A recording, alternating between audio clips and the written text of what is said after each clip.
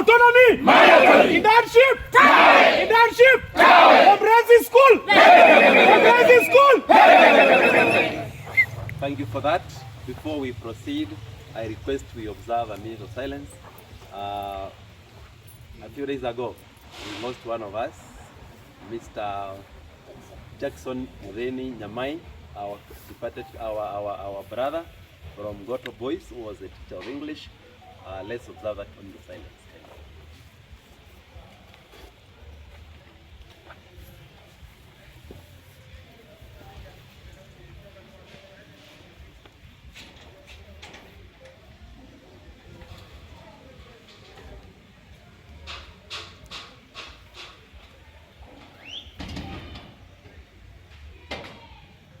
Thank you for that. May your soul rest in eternal peace.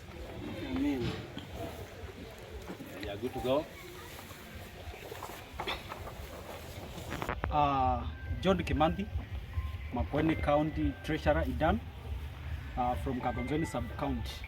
We request the government of Kenya and also the TSC to confirm the 44,000 interns, because internship, it is subjecting those teachers to so many disadvantages. One, those teachers, they have no health coverage. Also, we have financial strains. The 70,000 is too little to sustain also the families that we have, and also the economy that we are right now. Is so demoralizing, and also is also disadvantaging the teachers and also the morale of the teachers. So we request the government of Kenya to do something, and also the TSC. We have only 3 days for the opening of the school, and we don't want to disrupt the school program. Thank you so much. KUPPET power. Intern's power. Intern's power. Comprehensive school. Thank you. KUPPET power. My name is Kisoi Evans. I'm the JS Secretary, Makueni County, and I'm here to address the issue of autonomy. For the last 3 years, we've been working under schools that are capped as comprehensive schools. These schools have had their challenges, and we as the JS teachers, we believe we need autonomy. We need 3 houses to be created in education sector. One house to house the primary schools in Kenya, another house to house the junior schools in Kenya, and third section to hold the senior schools in Kenya. We believe with autonomy, we are going to get the full management of these schools. We are going to have the full administration under the junior school teachers in this republic. And we believe also our co-curricular activities are going to be managed without failure. We also believe the conflict that has persisted for many years between the JS schools teachers and the HOIs in these centers is going to be a thing of past. Autonomy power! Autonomy power! Without autonomy, we believe the CBE is going to die a very temporarily permanent death. KUPPET power! Autonomy power! Asante sana. KUPPET power! Internship! Internship! Mongoose! Thank you. My name is Cosmas Muteti, alias Joey, Treasurer KUPPET Makueni chapter. I want to speak about SHA. This is the health insurance that is taking care of our health issues in this country. We understand yesterday some pronouncements were made regarding an agreement between the unions and the government. We would wish the government moves with the speed to honor what was agreed, because there are a few things about SHA that are really disappointing and making the working of our teachers a bit hard.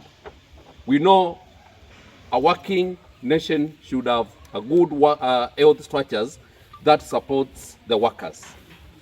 The issue of capping, where you go to hospital, you are told your limit is 2,500.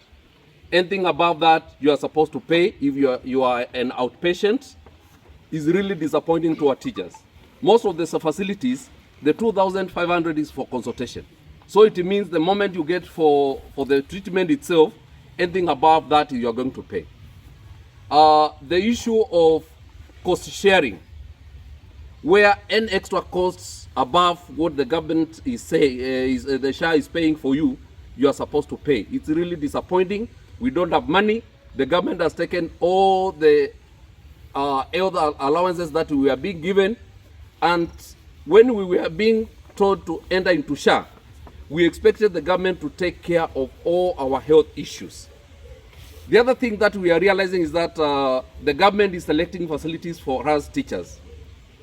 We would want the government to allow us to go into facilities of our choice. We don't want us to be pushed to particular facilities because we want to believe there could be certain interests behind the pushing of teachers, the dire teaching fraternity, into particular hospitals and not allowing somebody to go where he or she feels can get good health services for himself or herself or for our family or for his family. So we want teachers to be allowed to go to a facility of their choice. We would also wish if the government would introduce smart cards, whereby you go and just swipe to get services, not to wait for a whole day waiting for procedures and pre-authorization. KUPPET power! Power!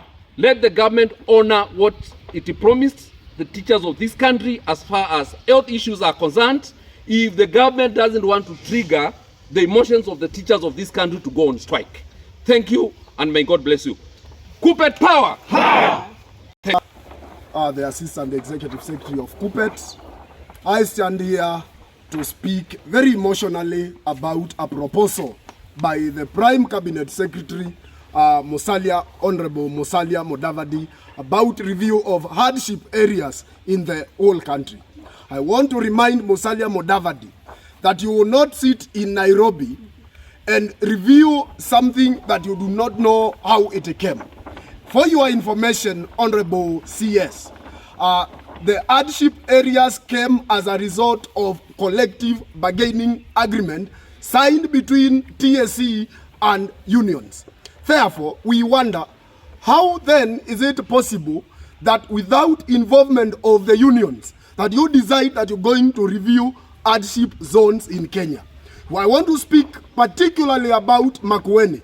We will not cede an inch of Makueni as a non-hardship zone. Far as we know, right from the hills of Chulu in Mutito Andei to the slopes of Tulimani Hills in Mbone, those areas are hardship areas, and we have been tried enough. SHA came, we kept quiet. Housing levy, we kept quiet. Taxation, we are telling the government enough is enough. Try us, you will see us in the streets. And this time around, we are very serious. KUPPET power! Power! KUPPET power! Power! Thank you. Teachers power! Power! Our power! My name is Erastus Kimeto, Elias Brigadier, the chairman of KUPPET Makueni County. I'm here to address myself on the issue of NEC. NEC has been on our necks when it comes to the issue of paying examiners. We don't understand. You know, some jokes choke. The CS yesterday said there is no money to pay the examiners. A few days ago, we read from the print media that this part of the supplementary budget was to take care of examiners. So we don't know why is Bambi and the Jambi when it comes to paying of our examiners who did their work. How comes work is done, there was a budget, after the work is done, there is no money? Who is lying to who? Wanna see us kindly. We thought you are an educationist.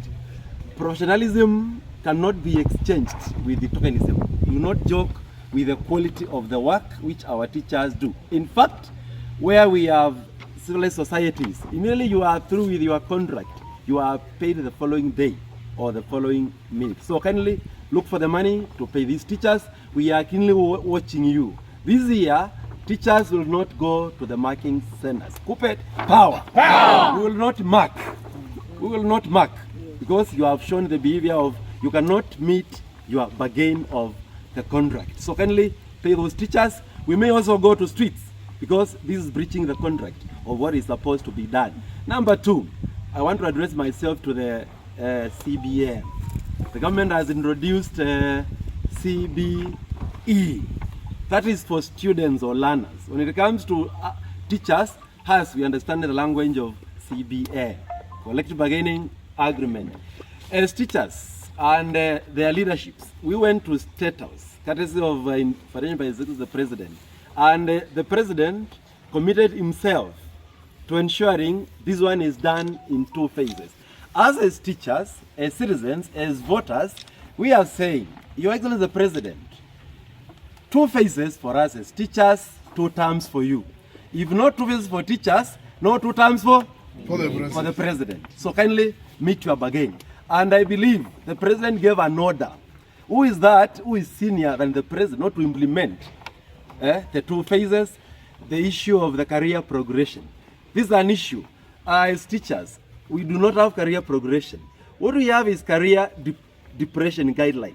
Teachers have stagnated. And severally we have said that us as teachers, it is easier for us to be promoted to glory than by the Teacher Service Commission. So, Madam CEO, Teacher Service Commission, kindly play your role.